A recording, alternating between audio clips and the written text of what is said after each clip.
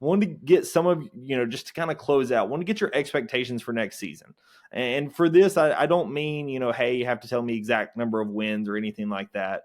Personally, I always say that my expectations are got to make it to the second weekend and got to be a top 4 seed in the SEC tournament to get the double bye, right? That's what bare minimum expectations should be for Nate Oates kind of moving forward. I don't have any reason to suspect that this season's any different with the roster that we've put together.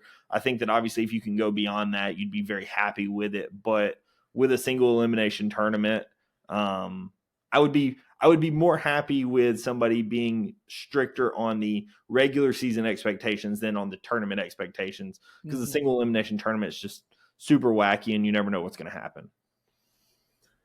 Yeah, I think the expectations become now as a top 4 seed, double bye in the SEC, and then make it to the second weekend. I think that's pretty bare minimum that I think that Alabama fans have come to expect. Now, the SEC's gotten a lot better in the past 2 to 3 years, especially with the portal. It's gotten deeper, had a record amount of teams in the tournament last year. But with the team that Nate Oates continues to bring in year out, I think top 4, top 5 in the SEC is my expectation this year. I do think they're a top 4 team in the SEC. Looking at, I want to deep dive into the teams, how they're currently constructed in the last week or so, and I still think Alabama.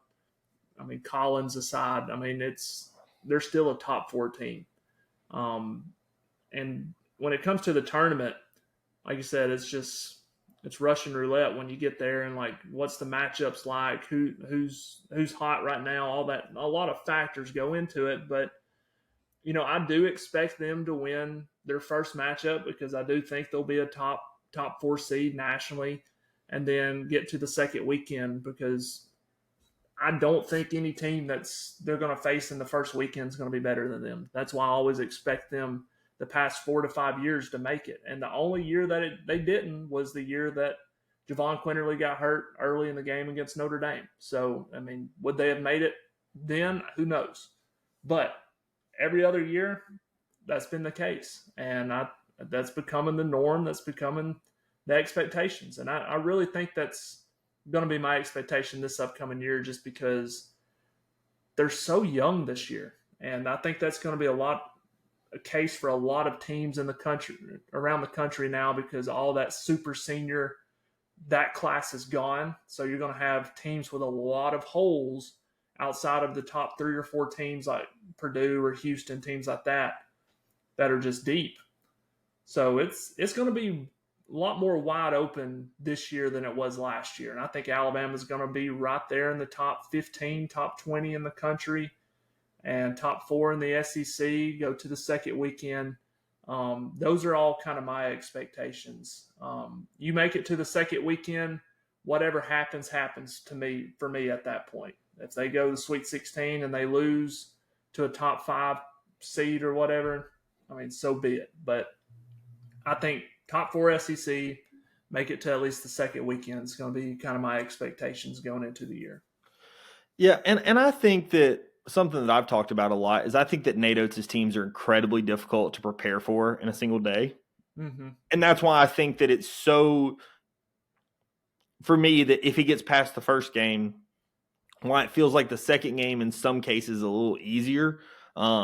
Just because, and obviously with Grand Canyon and some other games, that isn't always the case, but it does feel like that second, again, Nate Oates' ability and how his offense is constructed that, I think we get so used to playing SEC teams. Mm-hmm. And like, we see a Tennessee with Rick Barnes, or we see Bruce Pearl in Auburn that seem to have counters to what we do. And it's because they face us every year, right? They've seen Nate Oates' iterations and they've done all these different things. And so I think we get almost blind to the fact of who you're playing in the NCAA tournament is not a team that you faced, 15 times already under Nate Oates. They're not a team that knows every set that he runs, the sets that he does run, or knows exactly what type of, ball screen coverage he's going to do or whatever, right? And that's something that I think that people just have to consider when you're looking at these tournaments and stuff, that like the SEC gets us one view of things but again, those teams are all very used to seeing Nate Oates because you play every team every year. And then obviously with the SEC tournaments and stuff, you may play a team 3 times in a year that team's going to know a lot more about you than, somebody that's seeing your tape one time because they found out you were in their bracket 24 hours ago. Right. Yeah. And typically they're tougher games where they're first ones in the NCAA tournament or the Sweet 16 games.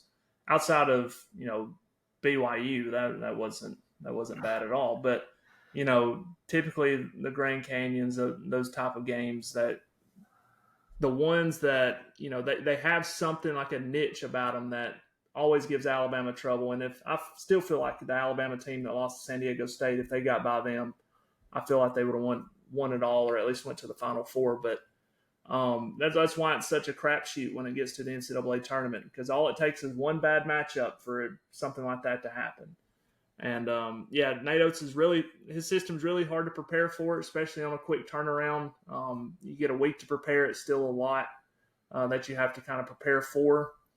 But that's what makes the SEC so tough, is there's several teams that are like that. I mean, it's just really it's a grind for 18 games every single year, and then you got the tournament, and that's why a lot of people think that the SEC, playing the SEC, is harder than playing in the NCAA tournament, and something that I really can't refute. Yeah, well, I mean, I 100% agree with that. Mm-hmm. All right, last thing, and I'm going to give mine up front so that you can think about it. I want to know who your player to watch for this season is. And what I mean by that is, I don't just mean like, oh, I think this guy is going to be to lead the team. I just think, this guy is going to either have a higher ceiling than people maybe anticipate or whatever. It could be somebody we already talked about. For example, my guy, I think, is going to be Houston Millette. He's a guy that I think some people really underestimated who he is. Mm-hmm. And that's because you see him come in from Pepperdine, and then you hear he's probably going to redshirt last season. And I think some people saw that redshirt as he wasn't good enough to play last season and didn't think of it as a medical redshirt when it was originally going to happen. And then they may have thought of it a little bit as a medical later. But in reality, Houston's reason for redshirting was partially because of medical, partially obviously learning the system and things. It was just different than Pepperdine was. But he was definitely good enough to play last season. And the North Carolina game showed you that. And I think with an additional offseason to obviously get his knees right and get everything right with him, he's going to be arguably the best shooter on the team this season. Now, obviously, Trelly and Bethea and Aiden are all going to have something to say about that. But there's a real argument that Houston, I think he has the prettiest shot on the team. I said that last season. His shot is just, it looks perfect when it comes out of his hand. So he's my guy. Do you have somebody like that for, you that you just think is going to take the step, is going to, go into their next role? Who is that guy for you? Well, Houston Millette was the first guy that came to my mind, just because I know his dad, Wes. I've talked to him several times in the process of him coming over to Alabama. And great family. Houston's going to be a coach one day. He's going to lead a program. Have no doubt about it. That's the kind of character and pedigree he comes from. And watching the practice, he was by far the best shooter on the team. The shot's great, like you mentioned. I think he made 10 in a row in one drill, to where he has to miss, or the defense has to get a stop to get off the floor, and he made 10 straight shots in a 2-on-1 closeout drill. I mean, he's just incredible. And I talked to a coach down there that felt like he would have started several games last year for him if he had not gotten hurt. And he's probably the best pure shooter on the team. But since you kind of took mine, I would probably say Aiden Sherrill is a guy that I truly believe, watching him at practice, is going to be a guy that's going to take that next step. Now, you only saw him for, spurts last year, about 8 minutes a game, I think. But he is a mountain of a man when you see him in person. You see it on TV, but you don't really understand until you see him in person how huge he is. And he moves so well now. And it looks like, I looked initially like he slimmed down, but he didn't slim down. He just gained a lot of muscle.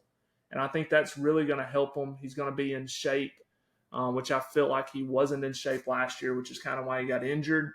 And being in shape, having a full off season to work out, get that muscle added on, sheds a lot of that baby fat.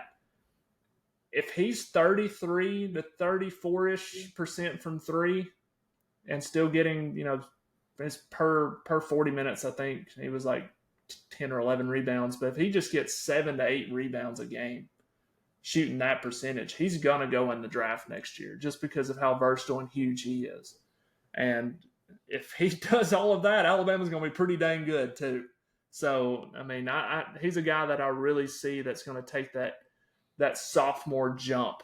Him and Jalil Bethea are two guys that I can really see that Aiden top jump, Aiden Holloway top jump that he took last year. Yeah, and you talking about him slimming up. I agree with you. I think it wasn't exactly a slim. I think it was that he came in with baby fat almost, and then he turned that into muscle. But he's still kind of the same size that he. I think he slimmed up in part of the season last season, but he may have put it back on in muscle. Yeah, he was wearing those long sleeves on his arms, and they were pretty baggy. But you could tell he's getting pretty ripped. So I mean, if he comes in shape and that good physically, he's gonna be a guy that can combat with those bigs from Florida. Absolutely. Well, thank you so much, Jordan, for